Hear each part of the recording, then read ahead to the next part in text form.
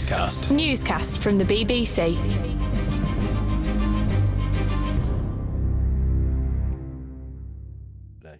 It's Laura in the studio. It's Paddy next to you.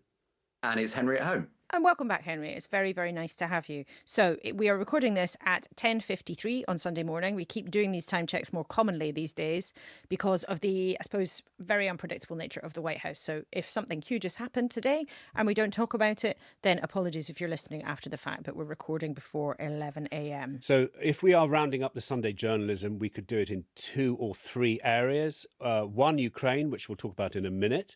2, Pat McFadden, the cabinet enforcer, launching a new drive to reform the civil service, and problems at reform. So we'll try and get through all of those. So let's start with Ukraine. So another big week of diplomacy beckons. Zelensky is going to Saudi Arabia. It's not clear if he's actually going to be in the talks between diplomats between the US and Ukraine, but there are talks happening. On the one hand, that feels like there might be progress. Although I suppose the context of the last few days is that America's done something that practically appalled allies, which is cut off some intelligence for Ukraine, real world decisions, stop sharing satellite imagery. And there's been a whole new round of fresh strikes on Ukraine in the last couple of days. But before we get into some of the nitty gritty of that, we wanted this morning to get a sense of what it actually feels like living in Kyiv with all that playing out. So here are 3 stories from 3 different citizens of Kyiv about what's happened to them and how they feel about the last 3 years. I remember the day when I woke up and I just entered Facebook and I see everyone post that the war started. And it was hard. The biggest actually loss was the loss of one of the closest friends who volunteered to defend Ukraine and who lost his life near Bakhmut. Alexei Khabatyuk was our mentor, friend. So among all the wartime losses, he was probably one of the biggest losses. My main fear is that our European partners will trade us. So it's my main fear, and of course, it's to be a part of Russia. It's my biggest fear nowadays. Henry, we'll always argue about how successful a deal is when it's made. But let me ask you a different question. Will there be a deal this week? Who knows? And I think if you asked some of the most senior people in government and gave them some sort of truth serum where they could be as candid as they liked about Donald Trump, they'd say they didn't know either. Some of the signs are perhaps more promising than they were, sort of 10 days or so ago when Donald Trump and Volodymyr Zelensky had that extraordinary blow up in the Oval Office. But who knows? And that is the fascinating, if it doesn't sound too trivial, given what we've just heard from those powerful pieces Laura had. But that is one of the most fascinating elements of it in Westminster, is watching a UK government, which always, like any government, wants to be in control of events, actually at the mercy of events, hour by hour, minute by minute even. We don't know is the candid answer. It was one of the interesting things speaking to Pat McFadden this morning. We both had on our programmes today. He's officially the Chancellor of the Duchy of Lancaster, but essentially, I think from a political point of view, fair to say he's sort of in cabinet, the Prime Minister's right-hand man. He's really driving a lot of what happens in government. And he, I think, was very open about how ministers have sort of taken a self-denying ordinance not to get involved when Trump says things minute by minute. I mean, and he talked very openly about they've sort of decided just not to respond. It's also clear behind the scenes that there is this kind of huge, anxiety as this whole thing rolls out, that they are at the mercy of events. But what we tried to ask him about this morning was whether or not this coalition of the willing is something that is going to be real. Are other countries coming forward to do it? And whether or not America, given what's happened to intelligence sharing in the last few days, whether it still is a reliable ally for Ukraine. It's very easy for ministers to say, of course, they're a reliable ally for us and the special relationship is live and kicking. But can the government really believe that given what's happening, America's role in terms of Ukraine can be trusted? This week, Donald Trump sent the stock market haywire by doing a sort of hokey-cokey with tariffs, big tariffs against Mexico and Canada that were going to be on. Then they were off. There were the decisions that have affected Ukraine so precisely, profoundly. What's it like dealing with that kind of zigzagging, that constant change? Well, I think one of the lessons from it is probably not to react immediately to everything that's said. It's tempting in interviews like this for someone in your position say, what's your latest response to the latest comment overnight? British ministers have adopted a stance of not reacting to everything that's said overnight. I think that's been the right thing to do. What's it like dealing with that zigzagging? I mean, you're being very, very open, actually, about how you are keeping your mouths shut deliberately. Well, what we're focusing on is what happens, and it's what happens that matters. That's true of Ukraine, and it's true of the economic issues that you're talking about. We're focused on what happens, and what will guide us all the way through is acting in the British national interest. And remember, this is an important thing to stress. It is in the British national interest to maintain a strong alliance with the United States. It's long, it's deep, it's based on many, many things. It's been there for many years. We want to maintain that, and that guides what we do. Paddy, did you manage to get any further than I did? I didn't ask him that. We asked him about the civil service reform, which we'll get to in a second. But the papers say that Lord Mandelson, the US ambassador, is very pleased with how the visit went between the UK Defence Secretary and the US Defence Secretary. So, Henry, there seems to be pockets of the ministerial operation which are operating and it's being spun. These have gone well. But I think that gets to the question that Laura posed a minute ago, which is, can the UK-US relationship remain special if the US sells out, for want of a better phrase, but that's how it would be seen in the UK government, Ukraine? What does it mean to have a strong UK-US relationship if the UK and US governments' views of the world diverge, even if they're getting on very well bilaterally? I think that is one of the key questions for the coming weeks, months, perhaps years of the Trump presidency, because for so long, the UK-US relationship hasn't just been quote-unquote special, or arguably not that, because Americans like the royal family, and Donald Trump is clearly king among that. But it's been special because they've had mutual shared interests around the world and a shared view of what the Western world should look like and how it should all operate. What does it mean if Pete Hegseth, the US Defence Secretary, and John Healey, the UK Defence Secretary, get on very well, but the US nevertheless continues to cut off military aid to Ukraine? I think that is a question we're going to have to get at. It's sort of being spun in the papers that Hegseth is saying in the quiet moments, don't worry, we are going to look after Ukraine. We do know we've got a special relationship. We're not mad, but it's sort of, we don't know who to believe. Well, that's one of the things that's so difficult for this government and also other governments around the world, is which version of Trump do you believe at any one time? Because he is capable, we've seen it repeatedly, he'll say one thing one day and then deny he said it the next, and then the next day after that say something completely and utterly different. So but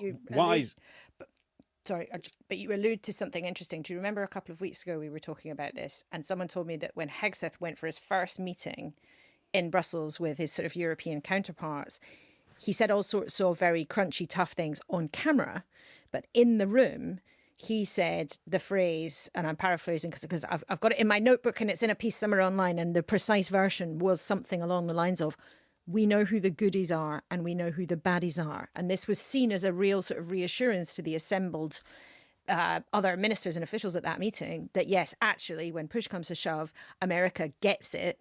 But then when you look at their actions in the last few days, cutting off intelligence sharing, you kind of have to question what's the reality.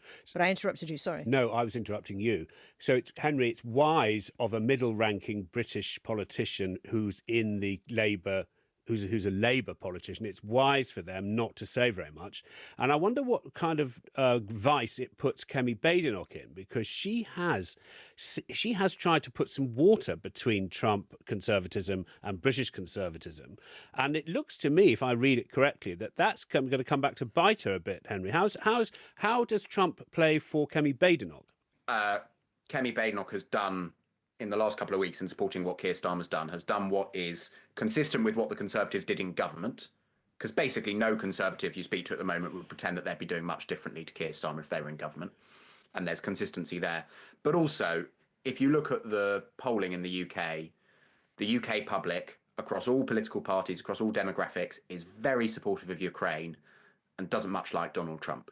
So I think it would be politically eccentric for Kemi Badenoch to do other than she's done in the last few weeks. But further down the track, if Donald Trump, as we get closer to a general election and perhaps Donald Trump does some things in America that some British Conservatives do like on the domestic front, then perhaps there are a few more dilemmas for her there. We will see. And she did once write online, and we asked her about this last week, whether she still believed that Trump was a force for good in the world. So, as ever, what critics of air trade would call offence archaeology, but there is always, these days, a long digital tail of remarks that politicians have made who at different points may become to be awkward or uncomfortable for them. So we turn back home. I mentioned there were three main areas we try and discuss. One of them is another bash at civil service reform. Has it been tried before? I think only for as long as I've been alive. There will be out there now some very, very hard-working civil servants who've helped people's lives, and there's probably a tone of cynicism about journalists, civil servants. So I'd like to begin my own remarks about the civil service reform by saying Pat McFadden was clear that there are amazing civil servants, but also there are procedures and processes which he would like to tighten up. That's absolutely right. And I think as a Labour government, he was quite keen to try to stress that, look, this is not about the sort of more conservative way of saying, oh, it's a blob. Oh, these are all dreadful people wasting. Obviously, I'm caricaturing, but these are people who are wasting taxpayers' money, who sit around not doing much.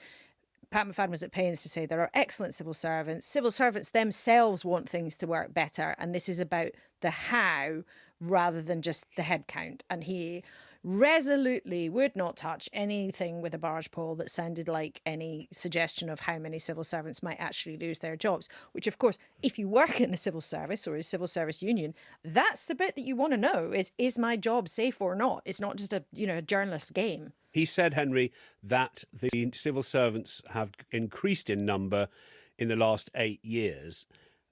So there is a numbers game to be had, even if he doesn't want to get into it. I think the view in government is that putting a sort of overall, they would say, arbitrary headcount reduction target isn't necessarily the best way to achieve it. And actually, you want to work out which kinds of jobs don't need to be done in 2025, where processes are bad, how they can get more people into digital jobs, for example, something they're talking about today, while losing some people from perhaps more outdated parts of the civil service. I mean, the one thing I'll say is that you're both absolutely right to say that Pat McFadden was at pains to stress this isn't some sort of anti-blob strategy, et cetera, But I have spoken to so many people, Labour people, who've come into government since July, who thought that the Conservative critique of the civil service was nonsense, who do think the civil service is a blob. I'm not saying Pat McFadden thinks that. I'm saying a lot of people with whom he shares meeting rooms do. And they have been aghast, frankly, at the quality of advice and work they get. It's not necessarily about the individual civil servants, but the agglomerative effect of the work they do and the way in which they work. They're really dissatisfied by. And let's remember, just before Christmas, Keir Starmer, in that memorable and slightly odd phrase, accused the civil service of the tepid bath of decline. Being decline. Happy to paddle around in the tepid bath of decline. I know about tepid bath because my boiler's on the blink. And I can tell you, no one should want to be in a tepid bath. No, well, what happens when you're in the bath and then it goes tepid, and then what do you do? Do you put more hot in, or do you get out, or what? It's hard. What did you ask him about working in the office? Because that's another kind of Jacob Rees-Mogg moment. Yes, I did. And I think in rather Pat McFadden-ish terms, he basically said, yeah, get back in. Let's have a listen. You ask me my own instincts. There is value to being in the office, value from learning from your colleagues, and I think we lose something if we have too little of that. So yes, I think being in the office, generally speaking, is a good thing. That's quite interesting, and there might be a bit of a flurry of reaction to that, I think, because the government is saying we must learn a lot from how quickly the private sector is evolving and things are changing with technology, and just the kind of basic question of how things ought to be done in the mid to late 2020s rather than the model of the last few decades. And of course, lots of big companies have been saying to people overtly, get back into work. It's not okay to be sitting at your computer at home. We want you to be in. So it's interesting. And, Pat McFadden is a very senior person in this government. And although he answered it rather carefully, I think the message was very clear. If I may weigh in on that from my home office and my computer at home. You took the mick out of yourself before Paddy had a chance. Oh, sorry, Devastating. Paddy. It's Sunday. I wasn't going to have a go. Well, no, but that's another example, isn't it, of how interactions get stunted when people aren't all in the same room, because I've seen on your face your impish grin ready to do it, and I've left you to do it yourself.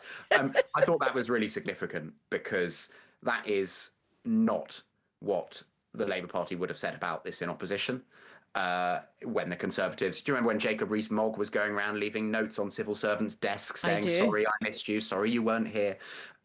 It's another, I mean, same thing as I just said. It's another thing which, when I speak to Labour officials in their more candid moments, they say, where are they all? Where are they all? There's just empty desks. Now, I'm sure civil service unions would dispute that and would say they're coming in a certain number of days and it doesn't matter anyway, to a certain degree. But that is the thing you hear again, that the civil service just aren't there. OK, so we are limping through the newscast now, edition. Well, we're going very well, I should say, rather than limping. Limping through? No, Yes, speak for yourself. no, I mean, I do have a sore foot, but, you know, I think saying that we're metaphorically limping. Can I say one more thing, though? This is the Pat McFadden outing is the first in, I think, what's going to feel like, or the government will want it to feel like, quite a big few days for them, turning their attention back onto the domestic agenda.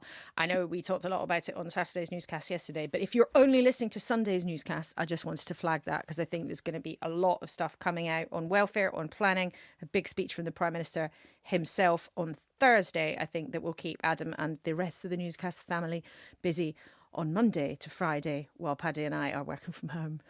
Henry, should you have a final paragraph on this before I move us on to reform? Well, I think it's easy often to think that civil service reform is like some weird bubble story that only people who inhabit Westminster care about. But actually, I don't think you can overestimate how significant it is to this government's agenda. They, in their own terms, want to rewire the British state. That's a phrase that Keir Starmer kept using. And you can't do that if you, by your own admission, do not have the state working in the way that you want it to. And there's 500,000 civil servants, and most of them don't work in London. So this is not a Whitehall story, really. It's about something very different. Well, look, one of the biggest critics of the kind of system has been Nigel Farage and his many parties, which currently include Reform. This is the argument in Keir Starmer's leaked memo, which you gave me. The only reason I know what's in it. So I'm memo-splaining to Laura Kuenssberg. He said there is not so much a left-right division as a disrupted division now. So if you say we need to reform the state, you're sort of taking the clothes away from some of the critics, which include Nigel Farage. However, you can get the number of Reform MPs into a London taxi, and now you could get them into a saloon car because one of them's lost the whip in a furious row that it looks like a civil war just months after the general election. I mean, it's quite something to have such a big row in such a small group of parliamentarians. But last week, Rupert Lowe, the MP for the good people of Great Yarmouth, said some quite rude things about Nigel Farage in a newspaper. Shortly afterwards, lo and behold, the Reform Party revealed that actually there had been some alleged bad behaviour from him, including some threats of physical violence, some unpleasantness towards staff, and actually he was going to be booted out of the party. Now, newscasters might think, that's slightly curious that the timing of those things is so close. If some of these allegations relate to things that happened some months ago in December, why is it that nothing happened about it until March? And why is it that the Reform Party have chosen now to take this action? Cue a furious back and forth between Mr. Lowe, who's completely denied the allegations, and the party, including Richard Tice, the deputy leader, who was on the show this morning. So you've obviously been growing as a party. You've got thousands and thousands of new members. But isn't the danger with all this that having this kind of spat in public, these allegations of behaviours of one of an MP, that you don't look like the professional party that you aspire to be, and that some people watching this might think you're more interested in fighting with each other, and you don't look like you could even run a normal HR process, and you might not look like you can even run a bath? It's exactly the opposite. It's because we are professionalising, it's because we are responsible that we've taken difficult decisions. The easy decision would have been to try and cover it up, to brush it under the carpet. We couldn't do that. The grief that we would have received, that we've said, no, you've got to deal with it, we've got to be united. Now, there's been an update, which is that Rupert Lowe has issued a very much bigger statement after Laura's show at about 10:30 in real time. Henry, can you take us through the new statement? Because it's absolutely increasing the row between Reform members.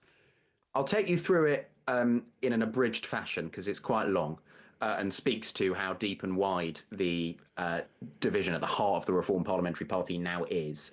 But what he is alleging is that, in his words, Reform has maliciously concocted this row in order to drag my name through the mud with zero credible evidence against me.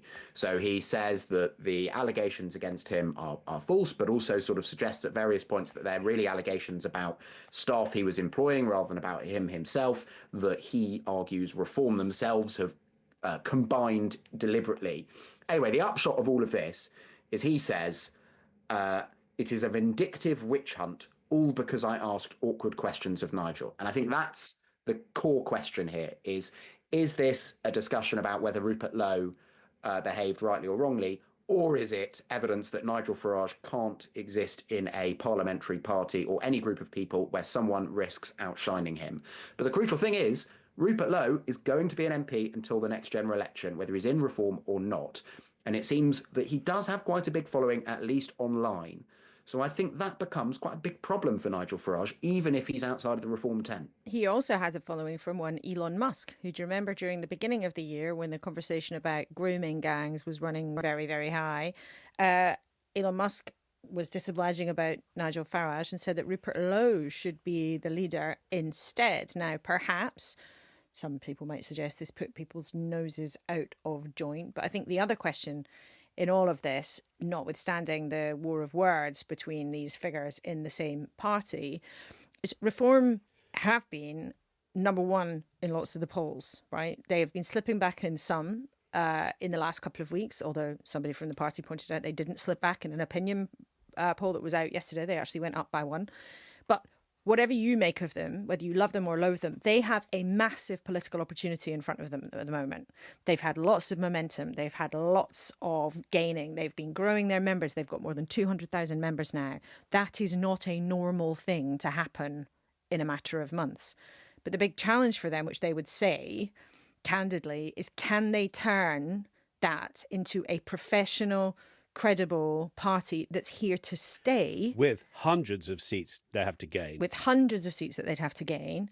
And this kind of bust up in a group of five suggests that that journey towards a really professional outfit, shall we say, is not yet complete.